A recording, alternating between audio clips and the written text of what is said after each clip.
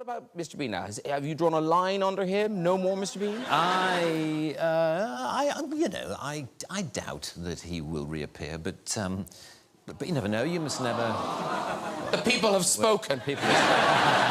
Yeah, quite. But, you know, you must never say never again. A film, as Jeff mentioned, that I was in. So you must never say never. But, you know, there does come a point when you feel as though you've done most of what you want to do with him. So. And because it's not based on language, because it's so physical, Mr. Bean, presumably it's popular everywhere. Yeah, it is. It has what we might call a global outreach. So, like, our holidays are misery. Can you go anywhere? Well, yeah, I can't go to many places where you're not recognised. And it's the... yeah, the thing I find most tricky is when people don't recognise you particularly, but half recognise you. You know, it's that strange thing where they go... And of course that means they stare. They stare a lot, and they just look.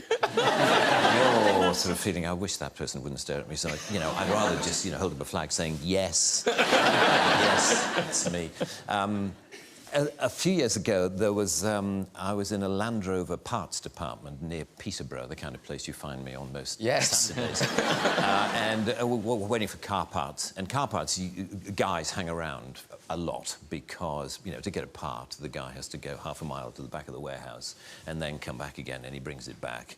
And he says, this is a left-hand one. Oh, you wanted a right-hand one? Sorry, I'll go. And back he goes, and it takes forever. Anyway, I was standing around with a group of guys, and I could see this guy doing that.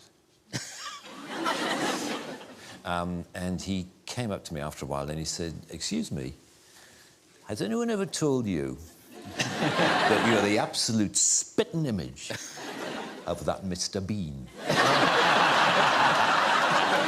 I said, "Well, actually, I am the actor who plays Mr. Bean." And he said,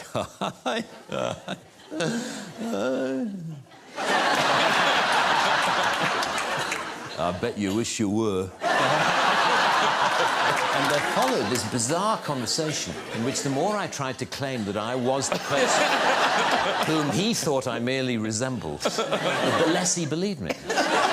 So but what was funny was how close he thought I was to you know, he said, "The resemblance is uncanny."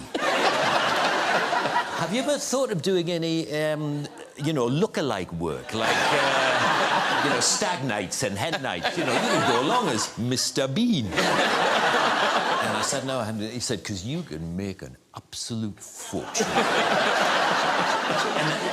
And I could tell after a while I had to bring the conversation to a close because clearly not only was he not believing me, but he was getting quite annoyed, you know, that I was pursuing this line of "I am Rowan Atkinson" and clearly he thought I was this total arse who, just because I happen to look a bit like Mr. Bean, goes around the country actually claiming to be Mr. Bean. You know, what a twat.